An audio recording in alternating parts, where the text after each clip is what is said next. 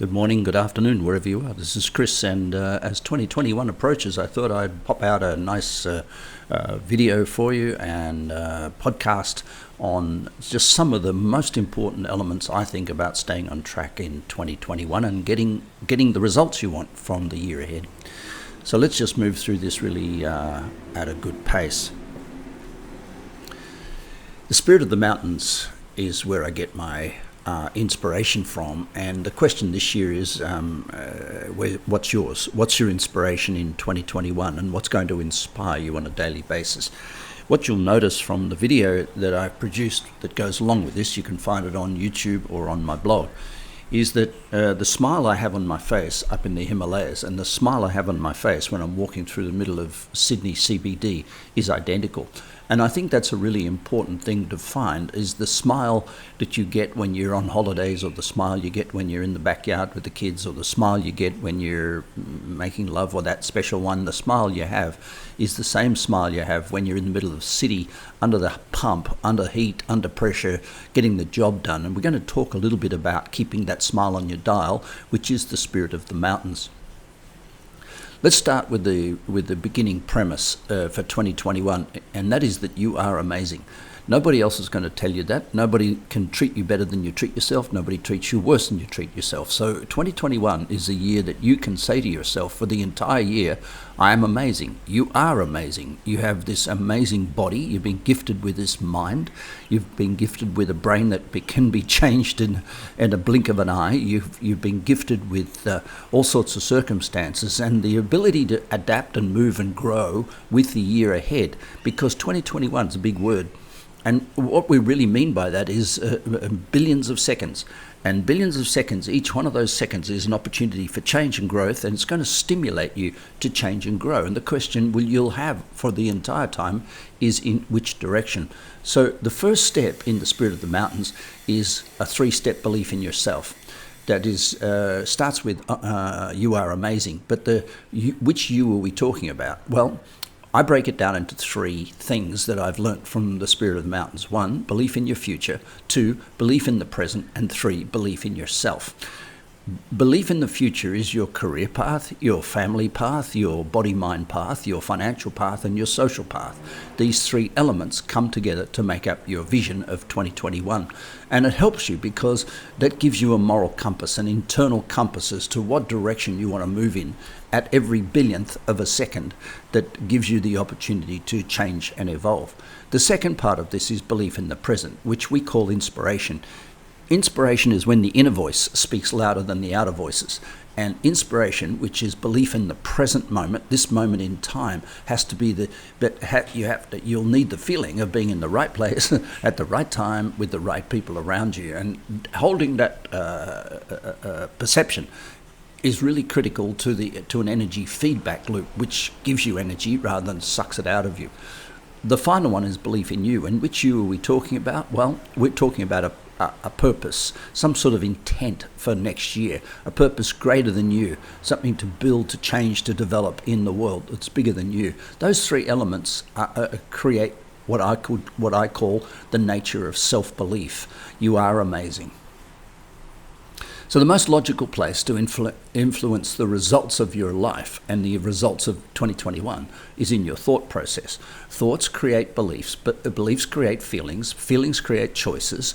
That leads to you, the turning point, the decision maker, because from all those inputs you get the outputs: emotions, your health, your decisions, and the results. So the smartest place to influence everything that goes on in your life is in your thoughts. And this is a really important awareness that inspired thinking, visionary thinking, and purposeful thinking leads to incredible results as long as you know where you want to go. For me, the question's always put, how do you measure your life? And I hear so many different people, especially successful ones, telling you how to measure your life. But I think for me, there are many options. How do you measure your life? You might say by the people I helped, by the money I earned, by the hours I worked, by the children I birthed, by the books I've written, by the knowledge I gained, by the love I felt, by the victories I achieved, by the medals I won. how famous you are, or whatever else. But the most important question about this is to choose a couple of these things as being the measures of your life. What are you going to measure it on your deathbed? Because you don't know when that'll be. But the most important aspect of that is to realize that we can be a big fish in a small pond, or a small fish in a big pond. And I think nature intended us to be small fish in big ponds. In other words, when we start to develop a mastery of self, we need to develop a sense of purpose for our family. When we develop a sense of purpose for our family, that leads us to a sense of purpose for our community, and finally leads us a sense of purpose for on a global level. To work at a global level, you need a universal viewpoint because you have to be one step out of it. To work at a community level, you have to have a global viewpoint. To work at a family level, you need to have a community viewpoint. And to work on yourself, you need to understand you in the context of your family. You need to be one step bigger in your viewpoint than the level at which you want mastery. The next point about this is keeping that beautiful smile on your dial 24/7 and being available for the happiness of life. And the way I do that is by this philosophy, link it or sink it. I create a daily program which is linked to my yearly goals, which is in turn linked to the life goals, that how I will measure my life. And each of these steps means what I do, I link it to my goals, I link it to my year, or I sink it, which in other words, I don't do it. And that's how you take low priority, low got to, low enjoyment pieces of your day, what you would call annoying sort of stuff that gets in the way. You link it or sink it. And everything can be linked. We sabotage anything that doesn't link to our purpose. So if you don't link it, you will sink it. And so you may as well step up and say, if I don't link this to some sense of goal achievement in the year, and if I don't link my year to the opportunities for my life, I will sink it. So link it or sink it is just basically explaining nature's law, which is we sabotage anything we can't link to the purpose in our life. The next aspect of this is strength. Every mountain looks great from a distance. Every goal or every year ahead, 2021, looks great from a distance. You go, wow, this is what's going to happen. Along the way, there comes crevices, and there becomes soft ice, and there becomes danger of weather, and there becomes certain situations that you have to face. And to have strength to get through those, emotional, mental, and spiritual strength to get through those, you're going to have to deal with one big fat topic. And that big fat topic that you have to deal with on an annualized basis and a daily basis and a millisecond basis is frustration. So how do you become strong in dealing with frustration? Well, there are 3 phases we go through with everything we do. There's comfort. Gee whiz, look at the mountain in the distance. There's growth. Gee, I'm getting towards it. And then there's frustration. Oh shit, it's harder than I thought. When we hit that frustration point, you know that you've heard these people say when the going gets tough, the tough get going. It's not true. When the frustration gets big, the wise people work their way through it.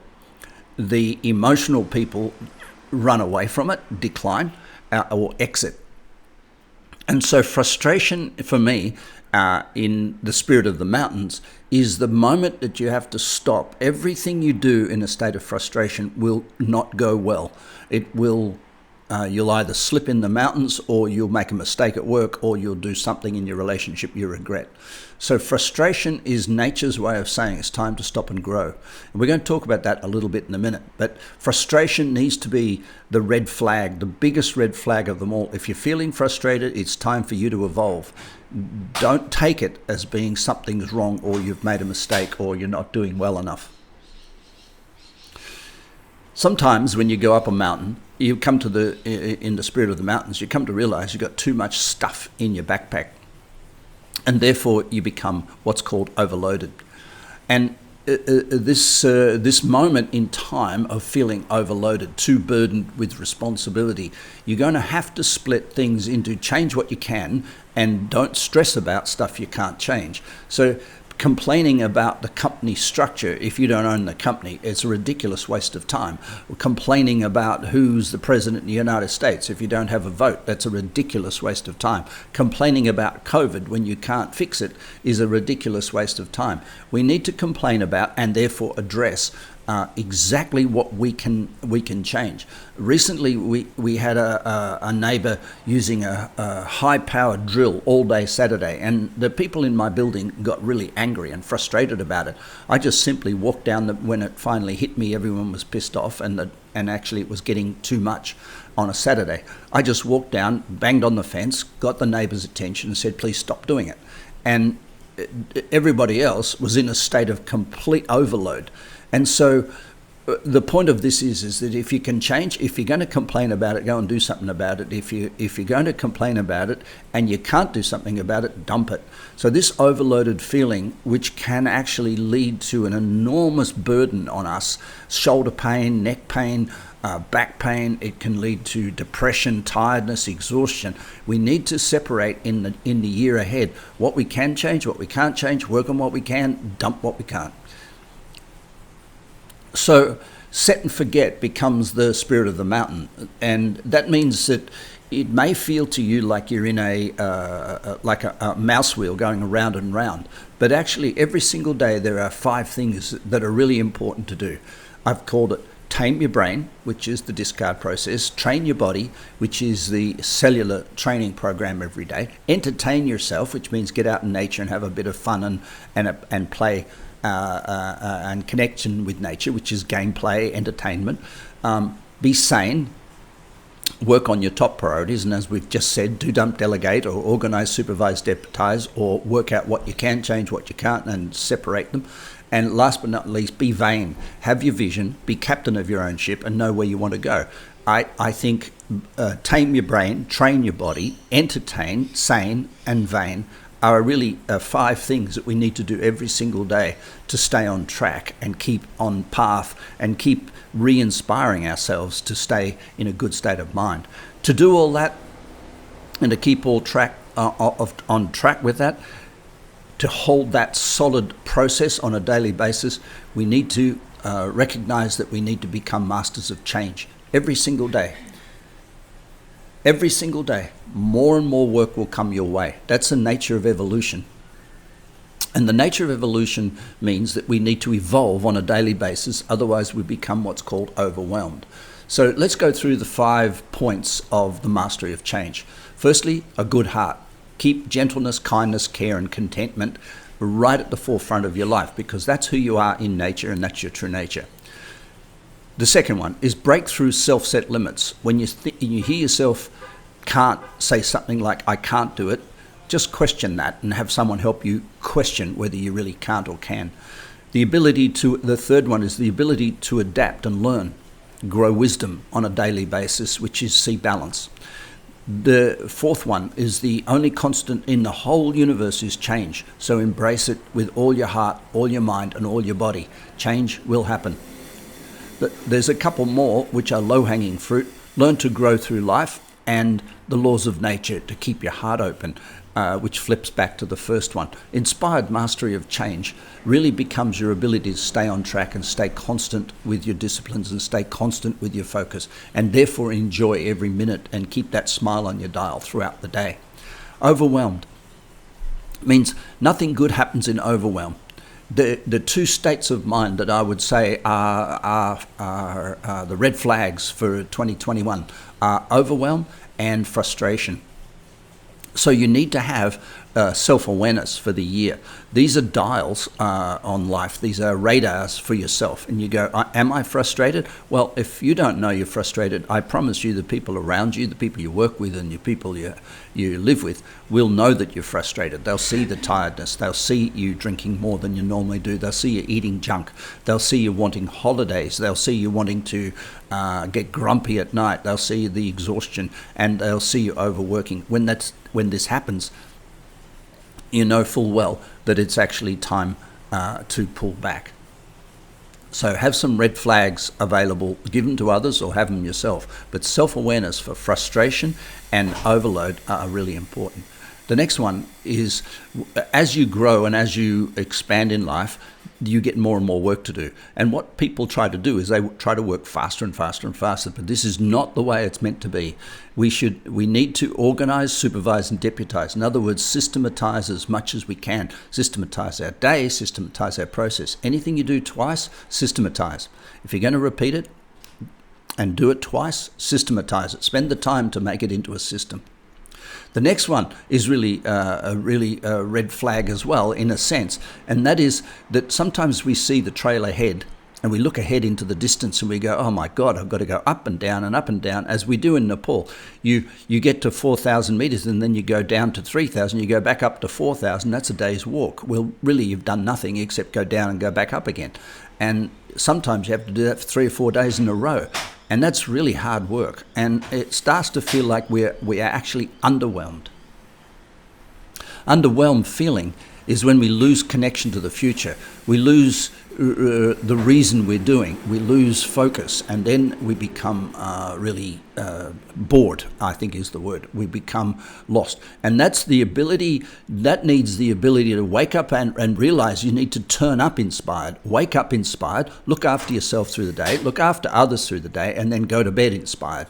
And that's how it works, no matter what happens. That's how you keep the smile on your dial throughout the day. The universal laws of nature are a really important part of this, and I think the universal laws of nature are there for one reason only, and that is to stop you spinning out. Because if you face every day with a sense of a random game of dice and just deal with shit as it happens, it's going to be a really painful experience because your emotions are going to take control. And that's where we need the universal laws of nature to explain things, to put order in the chaos, to be able to help us see that we're on track, even though we're not going necessarily in straight lines. We're handling stuff as it happens, but we are still on track. So in a sense of summarization, we wake up, we manage ourselves, we do our work, we manage the shit that comes, and we go home in a happy state. And I think that needs to be really clear for us all. It's very, very simple. We are not in a third world. We are not broken down in struggling for the next grain of rice. We have the privilege of being able to manage ourselves, do our work, and do a good job of it, manage the shit that happens along the way, and get home in a great state of mind. What we need to be aware of, and you'll see it very much written into the principles of the universal laws of nature, is just to beware of emotional myths that take you off track. Sometimes people say make the good news the bad news and the bad news the good news, and they go, next thing you know, you're making the good news the bad news, and it goes backwards and forwards like that, losing balance. And this is really what's called emotion. And the one thing we must have in life is emotion, and the one thing we must avoid is making decisions based on the emotion. So, simple philosophy with the universal laws of nature: treat yourself as a sweet potato, fertilize it well, water it regularly, prune away the dead leaves, don't get distracted, careful of cat's piss, which means other people pissing on your tree, and seek the sun. This is Chris Walker. You have a beautiful day. Bye for now.